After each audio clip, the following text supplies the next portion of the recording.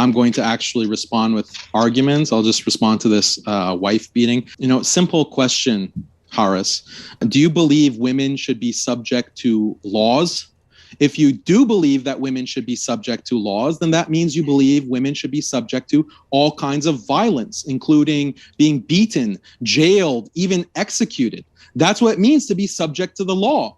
So there really is no difference between Islam on quote unquote wife beating and human rights. Both Islam and human rights are in 100% agreement that women are accountable if they break the law. And that means Islam and human rights are in 100% agreement that women should be beaten. We only differ on who should do the beating. You say only the state can punish women. Islam says no. Power should be distributed across kinship groups. And this means that the patriarch has authority to physically discipline members of his family, including his wives, if they violate important norms and values. Women, if you violate the law, shouldn't you face consequences? And if you have to face consequences, who would you rather mete out those consequences? The cold iron fist of the bureaucratic, technocratic state, or the person who loves you the most in the whole world? Look, let me put it like this. Is it possible to run a corporation without the possibility of physical discipline? No. You have to give managers in these corporations the right to beat their employees. How do you beat your employees? Well, if the employee violates the norms of the workplace, they get fired. And if they do not voluntarily comply, security will be called to remove them by force. Managers have to have the right to beat their employees. Patriarchy is hardwired into our DNA. I just have a couple questions. I was born Muslim. I was born into Islam. And I used to be super religious. Like, I used to wear the hijab and everything, pray 5 times a day. I met a lot of Christians, and they used to ask me questions that I didn't know, or I would tell them it's not true. Come to find out, it is true. Someone had asked me, is it true that men can beat on women? I said, absolutely not. Where did you find that? Oh, it's in your book. Show me it. They would show me it, and I can't really defend it. There's nothing I can say because it's clearly there. That is there. And other things about the Prophet Muhammad. Apparently, there's a lot of horrific things about the Prophet. Yes, there is. Too many. Can you show me? I want to know. I will show you from authentic sources, because I'm assuming Palestinian. You were from a Sunni background. Yes, I am. Okay, I'm going to sum up some of the things Muhammad did, and I'm going to show you. And I have articles, and in my articles, I link to Muslim websites, because Muslims will accuse us of lying, but then we quote Muslim websites. Number one, Muhammad sanctioned not only taking captive women and raping them, but married captive women and raping them, which is unlike the Old Testament, where the God of Moses told Moses, if you find a woman captive, because they go to war is inevitable. And we can talk about who started the war between the Muslims and the unbelievers. The God of Moses told Israel, you find a captive woman, you cannot enslave her, you cannot rape her. You give her a month to mourn, and then you marry her and treat her as a wife. And if you divorce her, you let her go. And yet here, Muhammad comes in the Quran and the Sunnah, and he says, when you take women captive, you can rape them. Now, they don't use the word rape, obviously. They're not going to use the term. But if I ask you a question, if you got taken captive because there's a war and a man has sex with you, do you think you'd be willing to have sex with your captor? No. Absolutely not. Well, Islam says you have no choice. Once they capture you, you're their property. And he said you can even do it with a married woman. That's number one. Number two, I'm sure you know this, and it's not just with Muhammad, but the Quran sanctions this, and Islamic Sharia sanctions this. Muhammad not only took a 9-year-old to bed when he was 54, the Quran actually, I'm going to show you this step by step. I'm going to show you these 3 things. The Quran actually permits prepubescent minors, young girls who haven't reached puberty, to be married, for men to have sex with them, and divorce them to be married off again. That's in the Quran and the Sunnah. That's the second thing he did. And that's why to this day, in predominantly Muslim lands, not in the West, where Muslims know they can't do this and get away with this, and they try to present a rosy picture of Islam. To this day, in Muslim countries, if you go to Saudi Arabia, if you go to Afghanistan, wherever there's a Muslim majority, you'll have young girls, even before 9, being married off. And the only condition, and I'm going to show you this from authentic Muslim sources, not my opinion. I'm going to show you. I'm just going to show you the 3 points that I'm going to show you thus far. From authentic Muslim sources, the only condition, you know what the only condition is, sister? I'm sorry? You know what the only condition is? No, I don't. That she can handle penetration. I'm going to show you where a girl as young as 6, 7, or 8 can be married off, and the man can have sex with her. But if she can't handle penetration, he has to wait till she's 9. Wow. I'm going to show it to you. No, Jenny, it's not consent. Jenny, please don't chime in. Thirdly, Muhammad abolished adoption. He abolished adoption. Do you know why he did that? No, I don't. Because he had married his adopted son's divorced wife, Zainab. And then people started making fun of him, like, how could you take your son's wife? So then Allah abolished adoption, saying, adopted sons are not really sons, so stop calling them your sons. So Muhammad, the pervert, took his adopted son's divorced wife, Zainab bin Jahsh, and his adopted son was Zayd ibn Muhammad. But then he said, adoption is now abolished. And that's why in Islam, and you can go to your chef and tell him, in Islam, can we adopt children? Say no, you can take care of orphans. I'm not saying you can't do that. But when an orphan reaches age, he cannot live in the house if he's not a son. Why? Because you know about the issue of mahram. I heard about that. And I heard about this a couple years ago. I never really questioned it because I didn't understand. But wow, I did not know that. Okay, but let's say you heard about that. How disgusting of a man that he would allow pedophilia, but then abolish a humane practice such as adoption, because that means in Muslim countries, there are orphans who don't know who their parents are, and there are couples who can't have children. And because of Muhammad, orphans can't be adopted and raised as children, and couples who can't have children cannot adopt children because of Muhammad. Okay.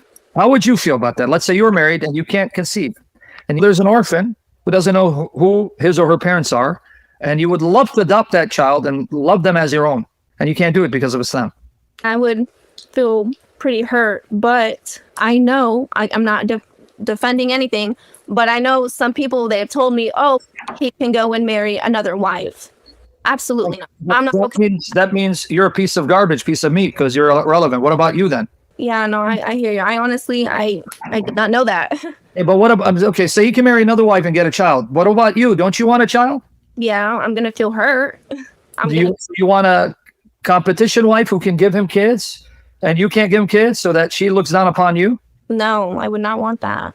So my point is, okay, he can marry someone. What about the orphans that cannot be adopted and be made part of someone's family? I think that's sad. That's what Muhammad did. So let me show you now the sources one by one. Let me show you Muhammad said you can rape captive women who are married. Okay. Then we're going to go online. You're going to see on sunnah.com. I didn't make it up. People don't think I'm making stuff up. So Muhammad was a very filthy, evil, immoral monster. But what the Muslims do, they focus on his good qualities and never speak about the bad qualities. That's why in Islamic law, Sharia, you are killed if you criticize Muhammad. How convenient, huh? Yeah. Why would you need to kill people who talk about Muhammad? If Muhammad is a pillar and he's a saint, what's there to say about him to discredit him unless there's a lot of filthy, evil, vile things about this man? It's like me focusing on the good qualities of Hitler and ignoring what a monster he was, right? Yeah. And I'm going to show you. You ready? Let's go step by step. Now, I'll give you links to the articles, but here. Islam, the religion of rape and adultery. But the thing is, I link to Muslim sources. So here it is in private chat for you. All right. And here you go, right here for everyone else. Guys, focus and help me to help you. Don't be distracted. That means you're not listening. All right, here's the passage. This is Surah An-Nisa, verse 24. Now, this is telling Muslim men whom they cannot have sex with, okay? Mm-hmm. Also forbidden are women already married. So I can't have sex with a married woman, right? Mm-hmm. Except those captives and slaves whom your right hands possess. You hear that? Yes. They're on the screen. So I can't have sex with you if you're a married woman unless you're my captive or slave. That means then it doesn't matter you're married. I own you. I can now have sex with you.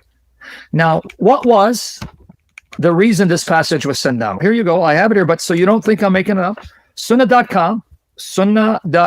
Here it is. Mm-hmm. If you go to that article I sent you, I'll link to Sunnah.com. So you can click on it. Bam. Does it say Christian.com? No, it says Sunnah.com. Okay, this is a Muslim site. So now let's see what it says. I want to see everyone see this. Look. So people don't think I'm lying. All right, right here. It says the book of suckling. And there's an interesting story related to this. Chapter 9, it is permissible to have intercourse with a female captive after it is established that she's not pregnant. And if she has a husband, then her marriage is annulled when she's captured. Did you catch it? Yes, I see it. Okay, so if you're married and I take you captive, your marriage is void. Why? Because Muhammad said so. Now watch here. Abu Sayyid al-Khudri reported that at the Battle of Hunayn, Allah's messenger sent an army out and encountered the enemy and fought with them. Having overcome them, taking them captives, the companions of Allah's messenger seemed to refrain from having intercourse with captive women. Why? Why didn't they want to have sex with them? Because of their husbands being polytheists. They were like, all right, they're married, their husbands are pagans, we refuse to have sex with them. Then Allah Most High sent down regarding that, and women already married, except those whom your right hands possess, i.e., they were lawful for them when their iddah period came to an end. Meaning, no, don't worry about it. You can have sex with them. Don't worry that their husbands are kafir. Don't worry about it, their husband's still alive. Just make sure they're not pregnant, so that if they're pregnant, it's not your child. So now plow into them and rape them. Now, I want to ask you a question. Mm-hmm. A decent, moral married woman consent to having sex with her captor and her husband's alive? Would she consent? Can you repeat that?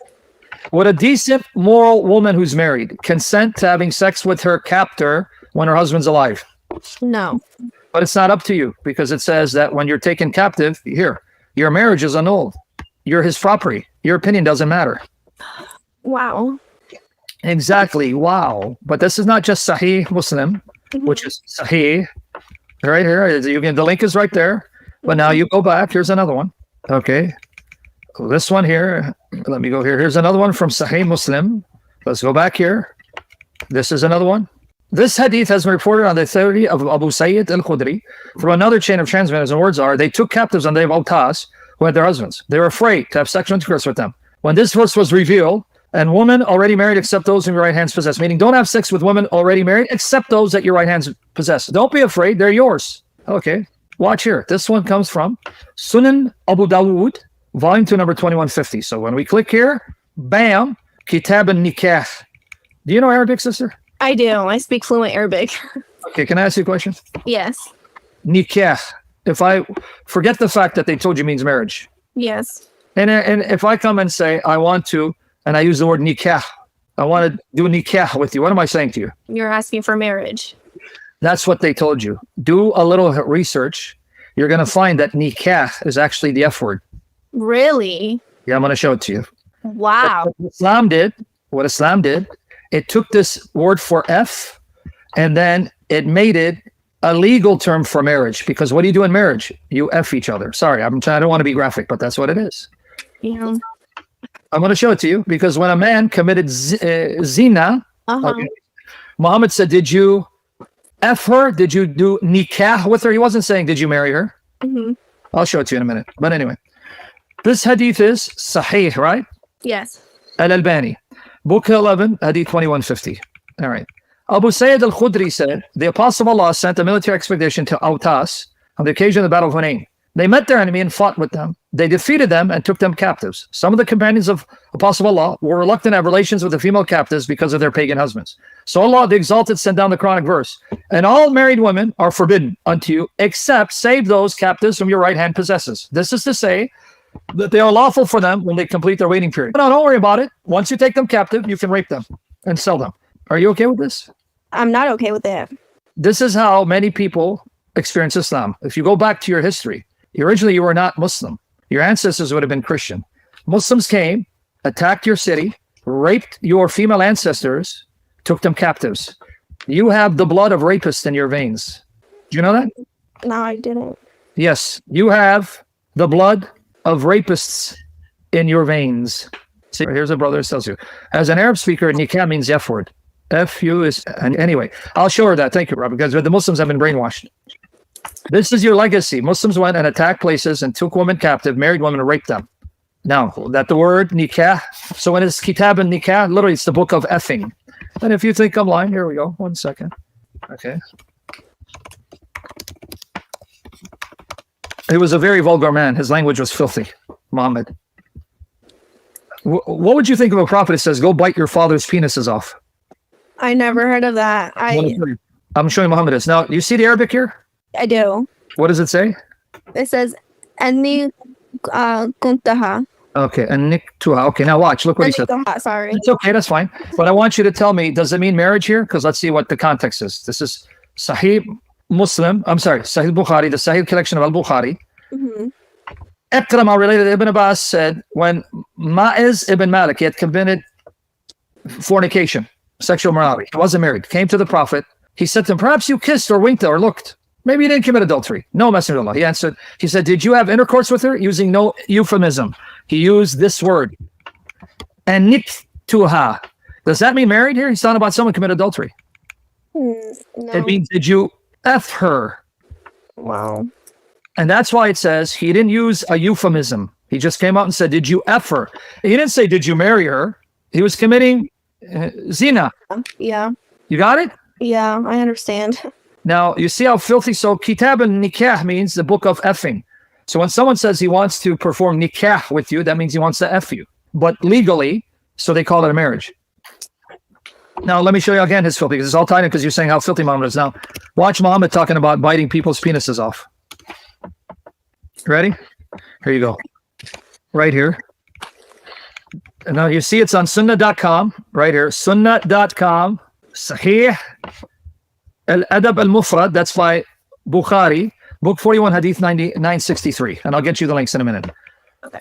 Utay bin Damura said, I saw with Ubay a man who was attributing himself with an attribution of Jahiliyyah. He's speaking like the pre-Islamic Arabs. So Ubay told him to bite his father's male organ and did not speak figuratively. I was explicit. In other words, he told him to bite his penis off. He wasn't being figurative. So his companions looked at him and said, it appears that you disapprove of it. So Ubay saying, oh, are you upset that I told this man to bite his father's penis? Mm-hmm. Then he said, I will never show apprehension to anyone with regards to this. Verily, I heard the Prophet say, whoever attributes himself with an attribution of Jahiliyyah, then tell him to bite his father's male organ and do not speak figuratively. So tell him to go bite his father's penis. So Muhammad said, that's what you tell people who boast about their lineage. Wow. Right? So there you go. Here we go. And here again is Mishkat al-Masabih, right here. Mm-hmm. Volume 2, page 1021. Ubay bin Ka'b told that he heard God's messenger say, if anyone proudly asserts his descent in the manner of the pre-Islamic people, tell him to bite his father's penis and do not use a euphemism. This is your prophet. Is this your example? That's what the Muslims tell me. He's the example. I just sent you the link in the private. And guys, I just sent you the link. And here's a link to the other article where he says about, did you F her? Did you F her? This is the beautiful language of your prophet, the beautiful example of your prophets. Number one, we established he's a filthy mouth rapist. He had women raped, even married women. Did you see that? I did. Okay. Now, the other thing was pedophilia in Islam. Are you ready? Yes. Okay. Now, let me give you the article there. Watch here. I'm going to give you this so then you can go to your scholar and say, hey, here. No, it doesn't mean that, but wait. Ibn Kathir, Qurtubi, Tabari, Ibn Abbas, they all say this is what it means. Oh, okay, you're not supposed to know it. Because Muhammad said, you're stupid. You know that, right? You didn't know he said that about you? No. He said that you women are deficient in intelligence. It takes two of you women to equal a man. That's why the majority of you are in hell. What? Wow. You didn't know that? I didn't. Like, I'm going to show it. I want to show it to you. Okay. All right, now just let me go through this now. Here's another one. So go to the private chat, click on those links, save them. Okay. You can go back and then reference them so that they don't say I'm lying. All right, so hold on. But here, he's quoting. Here. Chapter 65, verse 4 is talking about the waiting period of a woman who's been married and divorced. So in Islam, you know, if you've been married, but you haven't consummated, there is no iddah, right? Do you know this or no? No, I didn't. Let me show it to you. Okay. All right, here from the Quran, Quran Kareem. Here you go. We'll use two translations. The idda is the waiting period, meaning, okay, I divorce you. You got to wait 3 months, 3 monthly cycles, 3 periods. Yeah, I heard that. I heard about that.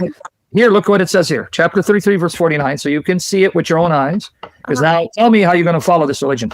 O ye who believe, if ye wed believing women and divorce them before you have touched them, then there is no period that you should reckon. So if I haven't touched you, after engaged to you, do you have to wait? Do I have to wait? What does it say? There is no period that you should reckon, but content them and release them handsomely. Do you have a waiting period in idda if I'm contract to marry you, but I didn't sleep with you? No, right? Yeah. You see it, are you sure? Yeah. Okay, now we're going to look at Hilali Khan. Look to your right, Hilali Khan. Oh, you believe when you marry, believe women, and then divorce them before you have sexual intercourse with them, no idda have you to count respect of them. So give them a present, set them free. I divorce a man in some manner. So you're engaged. The man doesn't have sex with you. You don't have to wait, right? If he divorces you? Yeah. But if you've had sex, then there's a waiting period of 3 monthly cycles. But then they asked Muhammad a question. You know what the question they asked him? No. Okay, some of our women are menopause. And then some of the women we marry are too young and they haven't had their periods. What about them? They wait 3 months. Here it is. Chapter 65, verse 4. And this is about the chapter of divorce. And in case here, I'll show it here, but I'm going to go to the article. I'm going to give it to you. Look at Hilali Khan. And those of your women, chapter 65, verse 4, of your women as have passed the age of monthly courses, meaning menopause. For them, the idda, prescribed period, if you have doubts about their periods, is 3 months. Count 3 months. Now watch here. And for those who have no courses, why? They haven't had their periods. They are still immature. Their idda is 3 months likewise. You understand what that means? No. You want me to explain what it means? Yeah, no, go ahead, explain it. It's saying, all right, what if I marry a young girl? She hasn't had her periods. And I've had sex with her, I divorce her. How do I count her waiting period? Count 3 months. That's what it's saying right here again. Why do these girls have no courses here? And for those who have no courses, they are still immature. I married a young girl who hasn't even had her period, and I had sex with her, but now I'm displeased with her. I divorce her. Let her wait 3 months for the next guy to marry her. Oh, wow. Let me give it practically. As we speak right now, there are children in Muslim countries. This is being done to them. It's not a theory. It's happening in Afghanistan. It's happening in Saudi Arabia. It's happening in predominant Muslim countries where even a girl as young as 8, she'll be married off, and a man will mount her and then deflower her, and then he can divorce her, and then someone else can do the same. Now, for the life of me, you have some moral decency. Would you be okay if, let's assume, you were living a time Muhammad attacked your village.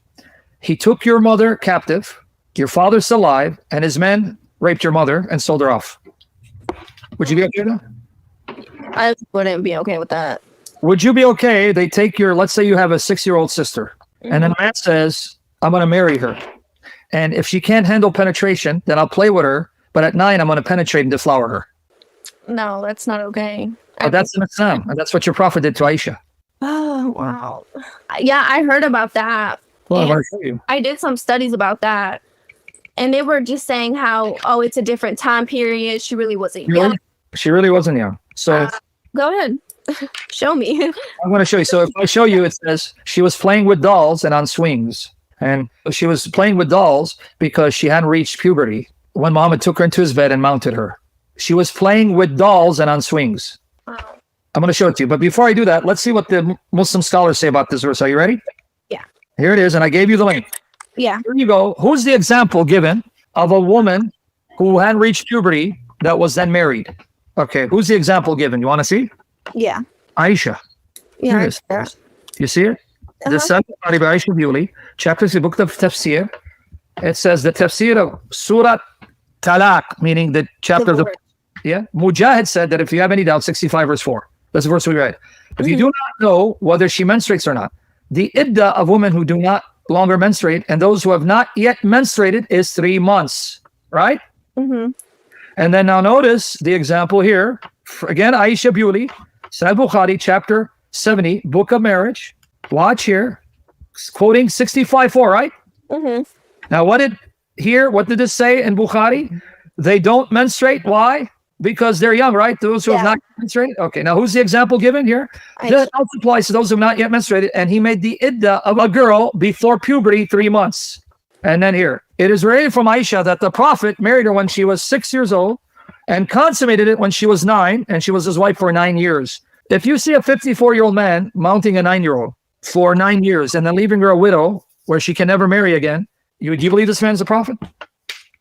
Unfortunately, no. Then you just left Islam because that's what your prophet just did. And so you read it, Bukhari. But now, here are the scholars on the meaning of 65:4. Here you go. Fath al-Bari from Ibn Hajar al-Asqalani, who wrote the commentary on Sahih Bukhari. Mm-hmm. Look here. And those who haven't menstruated yet, he made the waiting period 3 months for those who have menstruated, which indicates that giving her into marriage before puberty is permissible. You okay with that? No. So then you're no longer a Muslim. Now let me give you more commentaries. Now make sure you click on the link, the private, and save it so that you can go to your scholar and say, wait, look here. What? Tafsir Ibn Kathir. Allah the Exalted clarifies the waiting period of the woman in menopause, and that is the one whose menstruation has stopped due to her old age. See, she's old. So how long should she wait? She has no more periods. Her it does 3 months instead of 3 monthly cycles for those who menstruate, which is based on the ayah in Al-Baqarah. The same for what? For the young who haven't reached their menstruation. Oh, so your religion allows you to marry young girls who haven't menstruated. Interesting. Tafsir al-Jalalain. And this is online. These are all online. You click on it, you go there, boom. It takes you right there, see? So you don't think we're lying. Tafsir al-Jalalain. And if you have any doubts about the waiting period, their prescribed period shall be 3 months. And what? Hold on. What does it say? Read that for me. And for those who have not yet menstruated because of their young age. Why is Islam talking about young girls who haven't had their periods being married, having a man deflower them and divorcing them, and they wait 3 more months to be remarried in case someone wants to marry them afterwards? Why is it even having this conversation? I don't even have an answer. Exactly. Now here, this is attributed to Ibn Abbas. Some say this is not Ibn Abbas, but it's attributed to him. Now watch the underlined portion. Registry, can you read the underlined portion? Yeah. What about the waiting period of those who do not have menstruation because they are too young? Along with those who have it not because of young age, their waiting period is 3 months. They're too young. They haven't had it. Instead of saying, don't touch them, they're not mature. No, you can still have sex with them and divorce them and let them wait 3 months to be remarried. And here, Asbab al-Nuzul by Al-Wahdi, he's asked about the waiting period. All right, Muhammad is asked about the waiting period of the woman who has not yet menstruated. Okay, now look at here. What's the answer here? He said, those who are too young, such that they have not started menstruating yet. Anyway, I'll read a few more, then I'm going to show you where Aisha was playing with dolls and on swings when Muhammad took her to his bed and mounted her. And I'm going to show you where Islam says, you can marry girls even younger than 9, but there's one condition. If they cannot handle penetration, then don't penetrate, but when they're 9, deflower them. That means, okay, sister, how old are you? I'm 21. Do you have an older brother? No, I don't. Okay. Do you have a cousin that's in his 20s? Yes. Man? Okay. What would you say to your male cousin who takes a 6-year-old to bed because Sharia allows it, 6 years old, and he takes her to his house as a wife, and yet because she can't handle penetration, he plays with her with his male organ until she's 9 and then deflowers her? What would you say to your cousin? I'd be disgusted. I would want him put away. That's religion. I didn't know any of this. I feel so lied to. It's really hard. You have been lied to. Now I'll just give you and there's a lot more, but anyway, because this is all you can read on him. Those who have not menstruated yet, meaning the young girl. What's the word? As-saghira. Means young. And that's the Arabic. Yep. The young girl. That's why she hasn't menstruated. Anyway, you can go and read it. It's all there. No one's lying. These are the Muslim sources. But yeah, no, I see it right here. So now let me show you Aisha, and then I'm going to show you what the Muslims say, Islam QA, Salafi website, on what the Sharia permits. It's not simply their opinion. It's what the madhahib, the 4 schools of Islamic jurisprudence, Hanbali, Shafi, right? You have Maliki, all of them. Anyway, now watch here. Let me first go to sunnah.com. I'm going to go to sunnah.com. All I need to do is Aisha and dolls. Bam. Boom. Aisha and dolls in the search engine. Bam. Look what pops up. Bam. Look at this. This is what? Sahih Bukhari, volume 8, hadith 151. Narrate Aisha, I used to play with the dolls in the presence of the Prophet, and my girl friends also used to play with me. When Allah's messenger used to enter my dwelling place, meaning the home that he gave to her after he married her, right? Mm-hmm. They used to hide themselves. You understand what she just told you? She was so young that the young girls would come and play with her in her home. Young girls. When Muhammad would come in, they would hide because they're embarrassed. What is a grown man doing? Taking a young girl, putting her in a home, and then he visits her on a certain day to have sex with her. A young girl who's playing with dolls with her girlfriends. Let's finish it. They used to hide themselves. But the Prophet would call them to join and play with me. What does it say about a sicko, 54-year-old, seeing a young girl playing with other young girls, playing with dolls? And he said, oh, go ahead, play with her. And then when they're done playing with her, they leave, and then he goes and mounts her in bed. Now watch here. The playing with the dolls and similar images is forbidden. You know, in Islam, you can't play with images. But why was it allowed for Aisha here? But it was allowed for Aisha at that time as she was a little girl, not yet reached the age of puberty. Don't let them lie to you and say she was mature. Okay. You caught it? Yeah, I see it. In front of you, right? Yep, it's there. Okay, well, let me show you from Sahih Muslim. Sahih Muslim. Oh, this one is even from Al-Adab Al-Mufrad, which is, again, Al-Bukhari, book 55, Hadith 1299, Sahih, right? Aisha reported, right? Mm-hmm. The Prophet used to call her companions to her who were playing with dolls. That's how young they were. She and her friends were playing with dolls. Now watch here. Let me show you. Okay, here. This one here. And I'm going to show you from Muslim. This comes again, Sahih. Sunan Toyot, it's daif, it's weak. Sunan Nasai, Volume 4, Book 26, Hadith 3380. It was narrated that Aisha said, the Messenger of Allah married me when I was 6 and consummated marriage with me when I was 9, and I used to play with dolls. What is a grown man at 54 doing, marrying a young girl, playing with dolls and deflowering her? I'm just so speechless right now. Exactly. And here it is, final one for this, and I'm going to show you what Islam says about pedophilia. This again is Sahih Muslim, Book 8, Hadith 3311. 3311. All you need to do is go to sunnah.com, put Aisha and dolls. That's it. Aisha, dolls. Look at the chapter. It is permissible for a father to arrange the marriage of a younger virgin. Aisha reported Allah's apostle married her when she was 7 years old. Because remember, these are lunar years. You know that, right? They're not solar years. She's anywhere from between 6 and 7, but those are lunar years. They don't go by the solar calendar. Now, if it's a lunar calendar and she's around 6 lunar years, you know what that means as far as the solar calendar is concerned? No, I don't know. Much younger. Wow. Aisha reported that Allah's apostle married her when she was 7 years old. See, this guy got it. You see? The guy said lunar. Wow. So you got it, right, brother? He got it. Brother Justin, you got it, right? God bless you. You're a sharp man. May the Lord use me to bless you. And may the Lord use you to glorify his name.